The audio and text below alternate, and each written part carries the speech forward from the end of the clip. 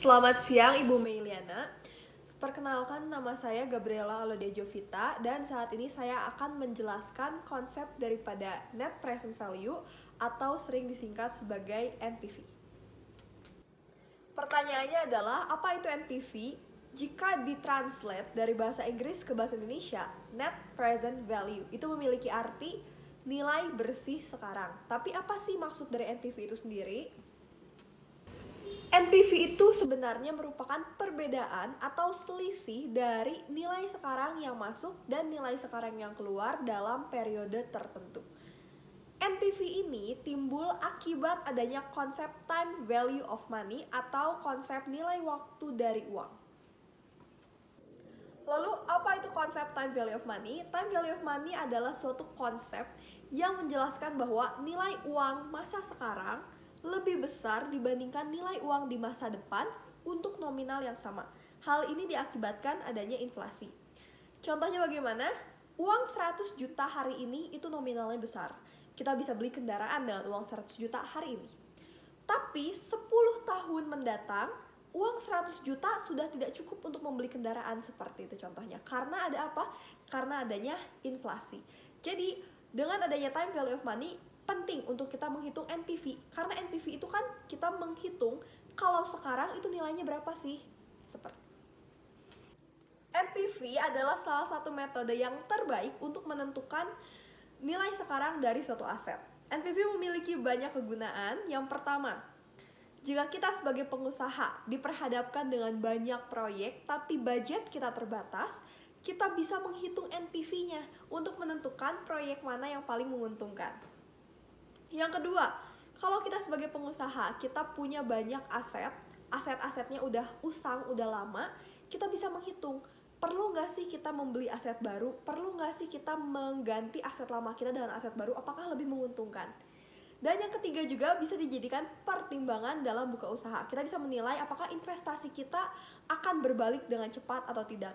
Seperti itu. Jadi NPV memang sangat diperlukan dalam dunia bisnis. Karena NPV ini adalah ciptaan manusia, tentu saja tidak sempurna metode ini. Kelemahan NPV adalah tidak akurat karena banyaknya asumsi. NPV tidak memperkirakan adanya biaya tidak terduga dan biaya tambahan selama proyek itu berlangsung. Dan yang kedua, NPV ini hanya menghitung arus kas dalam periode waktu tertentu. Jika misalnya proyeknya itu memiliki periode 5 tahun, NPV hanya menghitung untuk tahun tertentu. Jadi harus dihitung setiap tahun. Dan NPV juga menyajikan data dalam bentuk rupiah langsung. Bukan dalam bentuk persen, bukan dalam bentuk lain, tapi langsung dalam bentuk berapa rupiah. Nah, untuk menghitung NPV itu sendiri bagaimana? Cara mudahnya adalah kita menggunakan logika kita. Kita menyelisihkan antara arus kas yang didiskontokan dengan nilai investasi awal. Apa arti arus kas yang didiskontokan? Itu artinya pendapatan perusahaan selama perusahaan beroperasi, tetapi sudah dikurangi dengan adanya konsep time value of money. Jadi sudah dihitung masa sekarang, dikurangi nilai investasi awal. Investasi awal itu berarti modal perusahaan awalnya berapa. Untuk rumusnya sendiri itu ada di sebelah situ. Itu rumus untuk menghitung NPV. Untuk lebih memahami, saya akan langsung menjelaskan ke dalam soalnya. Setiap perusahaan, setiap usaha yang dibangun dan didirikan memiliki satu tujuannya utama, yaitu untuk memperoleh laba. Dalam bab ini kita akan membahas memperoleh laba itu sebagai proses penciptaan nilai. Seperti tadi yang sudah saya katakan bahwa NPV menyajikan data dalam bentuk satuan rupiah. NPV yang positif atau lebih dari 1 berarti dia RP berapa gitu ya. Artinya terjadi penciptaan nilai, artinya proyek ini menguntungkan atau pilihan ini menguntungkan. Tetapi NPV yang hasilnya negatif, misalnya minus RP berapa, artinya proyek ini menurunkan nilai perusahaan atau rugi. Baik, langsung saja kita melihat latihan soal dari NPV. Tadi kan saya mengatakan bahwa NPV bisa digunakan untuk mempertimbangkan proyek mana yang bisa diambil oleh perusahaan. Ada proyek A, ada proyek B. Proyek A dan proyek B ini sama-sama bermodalkan 100 juta. Investasi awalnya sama-sama 100 juta. Proyek A di tahun pertama memperoleh pendapatan 50 juta, di tahun kedua memperoleh pendapatan 50 juta, dan di tahun ketiga memperoleh pendapatan 50 juta. Proyek B di tahun pertama memperoleh pendapatan 80 juta, di tahun kedua pendapatannya 50 juta, dan di tahun ketiga pendapatannya 20 juta. Jika kita sebagai orang awam melihat secara sepintas, kedua proyek ini menguntungkan dan keuntungannya sama. Jika dihitung, sama-sama untung 50 juta.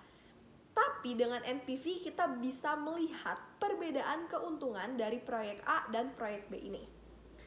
Ada soal tambahan yaitu rate of return-nya adalah 10%. Jadi rate of return ini adalah pengembalian yang diharapkan setelah melakukan investasinya adalah 10%. Bagaimana cara menyelesaikan kasus seperti ini? Langsung saja. Untuk bisa menyelesaikan soal NPV tersebut, kita harus terlebih dahulu memahami ada istilah rate of return. Untuk mengetahui rate of return atau tingkat pengembalian ini, kita harus mencari PVIF atau present value interest factor-nya. Rumusnya adalah 1 per dalam kurung 1 ditambah I dipangkatkan N. I-nya itu apa? I-nya adalah tadi rate of return-nya dalam persen. Dan N-nya apa? N-nya adalah tahun ke berapa.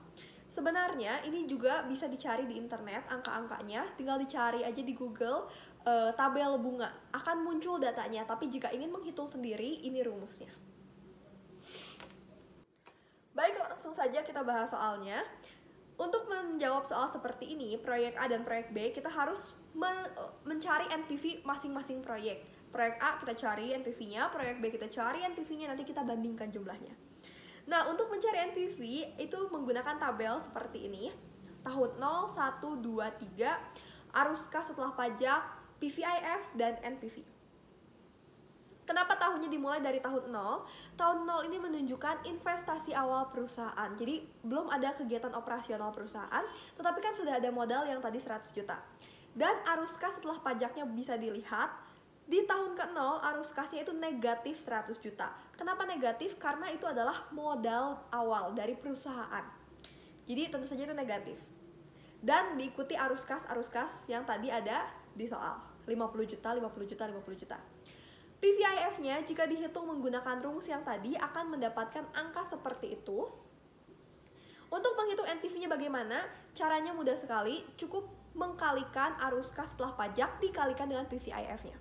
Nanti ketemu NPV, dijumlahkan, baru itulah total NPV dari proyek A. Kita bisa lihat bahwa proyek A memiliki NPV 24.342.500 rupiah. Ini adalah NPV proyek A. Jadi proyek A dalam waktu 3 tahun itu akan mendatangkan keuntungan sebesar ini. Jadi bukan 50 juta ya keuntungannya, karena kan sudah nilai sekarang. Kita lihat kalau proyek B seperti apa sih?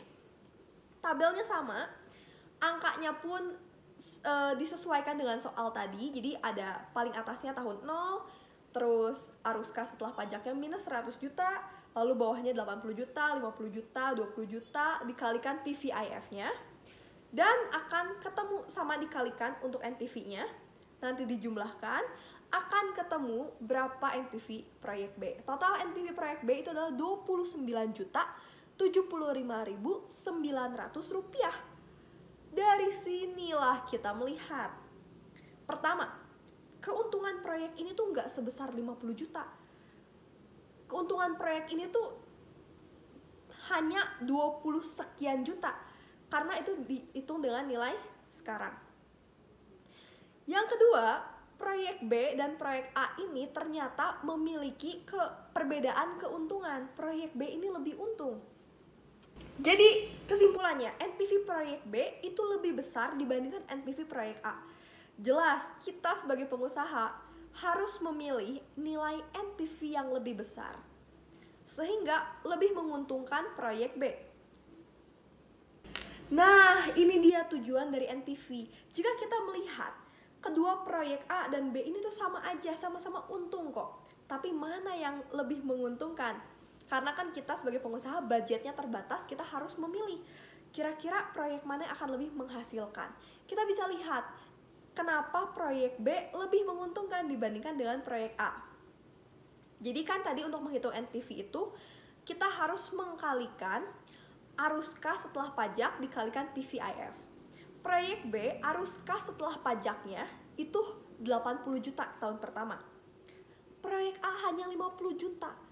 Dikalikan PVIF yang sama, jelas proyek B akan menghasilkan keuntungan yang lebih besar.